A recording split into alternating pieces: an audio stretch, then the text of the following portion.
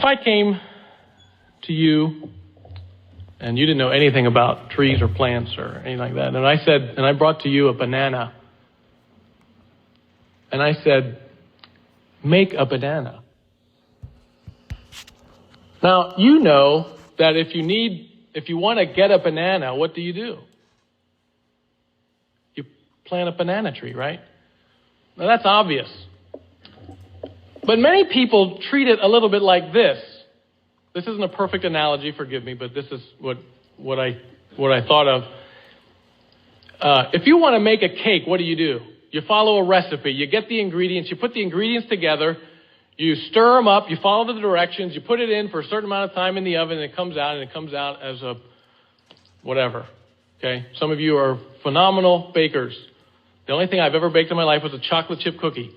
But I followed the directions on the back of the chocolate chip bag very closely. I got awesome chocolate chip cookies.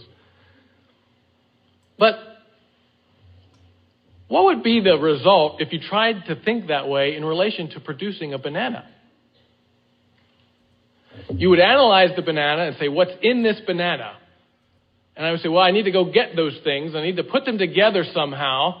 And how do I do that peel? You got to figure out, you got to get the right shape, and you got to But I would suggest to you that, although that sounds obviously absurd, that is how people view sanctification and holiness. They say, oh, God tells me to love. Well, I got to really work this morning on loving my neighbor. I can't stand that guy, but I'm going to try to love him today. That's how people view sanctification. It's like baking a cake. Here are the ingredients. God says I'm supposed to love. God says I'm supposed to have compassion. God says I'm supposed to be holy. God says I'm supposed to do these things. So I'm going to try extra hard today to be holy. I'm going to try to love my neighbor. I'm going to really try to like that guy I can't stand at work. And that's kind of like trying to make a banana with ingredients. And I suppose with some technology, you might be able to get something that looks kind of like a banana, maybe. It might be yellow, might be shaped in the right way, but guaranteed it's not a banana. There's only one way to get a banana, and it's to plant a banana tree. And if you want that banana tree to grow, you got to cultivate it. And then eventually you'll get a banana.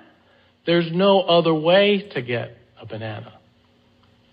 The only way to get holiness, the only way to be holy, the only way to be what God has called us to be is through cultivation of a relationship with the Holy Spirit, because He's the one who does it. Do you understand the significance of that? There's a lot that I could say about that, but let me just throw something in here at this point. I wasn't sure where to throw this in, but I want to emphasize this. I know some of you probably think, and some of my thinking, I'm a little bit, why is he against this and against that? Do you understand? I'm not against things because I'm a legalist. I'm against things because they destroy that plant. I want to emphasize that.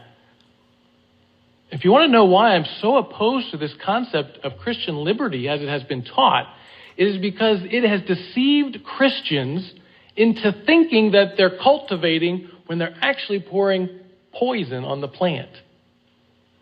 And oftentimes in the name of Christ. And in the name of Christian liberty. They are actually destroying the plant, the only plant that can give them true holiness, which is a cultivation of a relationship with the Holy Spirit.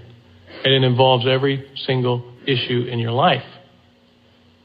There's no category out here that we can call gray that says this doesn't affect this relationship. There's no such category. Every single thing you do, every single thing you allow in your heart, every single thing you allow in your home has an effect on this plant. And the minute a Christian thinks that there's something outside of that God doesn't care about, that doesn't have an effect on that plant, you're in danger. You'll destroy that plant. You won't even know it.